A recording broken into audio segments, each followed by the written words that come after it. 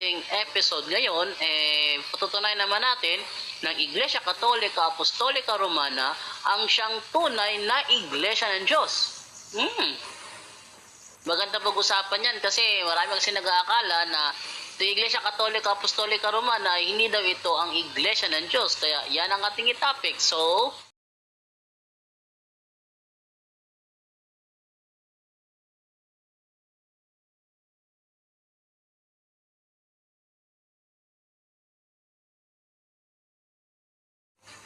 okay, simulan na po natin, ano? So,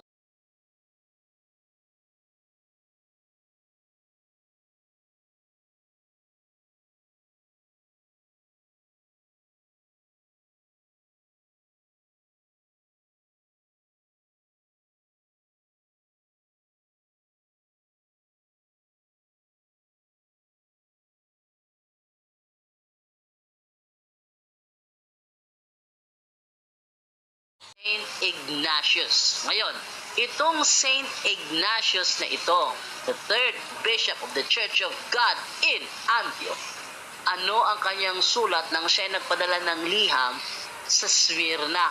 Yan. So, tingnan natin ang the epistle of Ignatius to the Smyrnians. There's a chapter 8. Anong sinabi niya sa chapter 8? Basahin natin yung chapter 8. Ayan.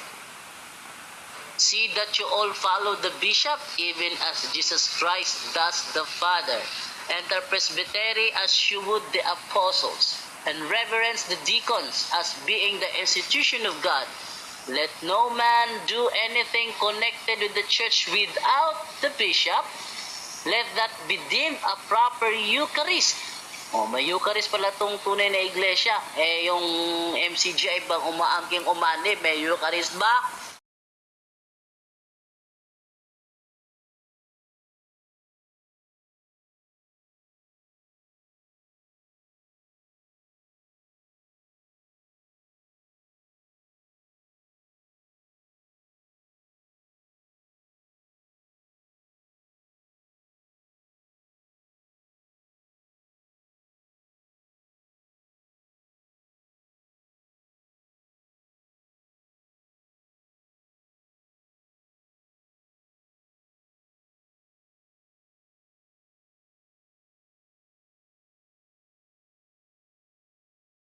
Wala. Mali sila. Which is either administered either by the bishop or by one to whom he has entrusted it. Wherever the bishop shall appear, there let the multitude of the people also be. Even as wherever Jesus Christ is, there is the Catholic Church. Yan.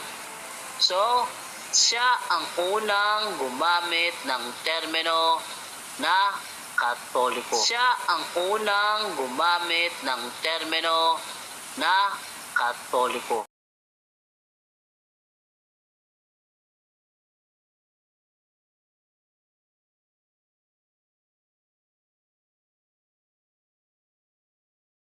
Sa Iglesia ng Diyos. Katunayan, ito ang sinasabi sa isang referensya natin, the Roman Catholicism by Reverend Edward Taylor. Ang sabi niya sa page 2, where ito yung hinango doon, kinuha ito doon sa aklat sa kanyang liham sa Church of Smyrna, where the bishop appears, there let the people be. Wherever is Jesus Christ is, there is the Catholic Church, no?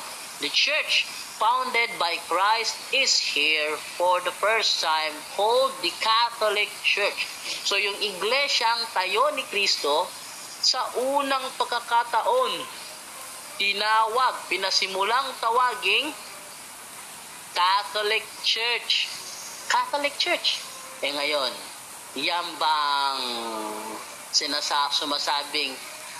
nagsasabing umanib daw sa tunay na iglesia? Sila ba ay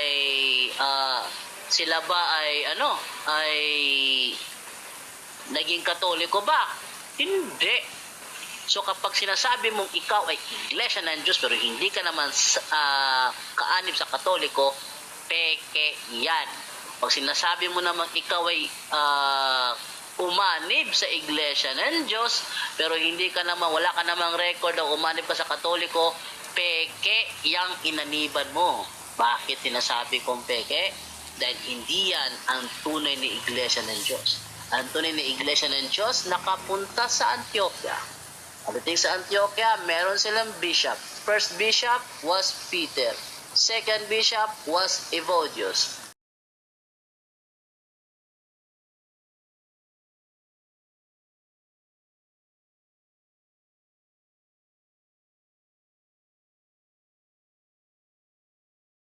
Third bishop was Ignatius. At itong Ignatius na ito ang siyang nagbigay ng pangalang Katoliko.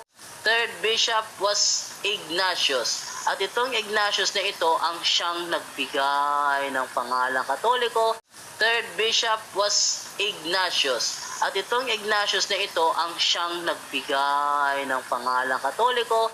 Third bishop was Ignatius. At itong Ignatius na ito ang siyang nagbigay ng pangalang Katoliko. Third bishop was Ignatius. At itong Ignatius na ito ang siyang nagbigay ng pangalang Katoliko. Third bishop was Ignatius.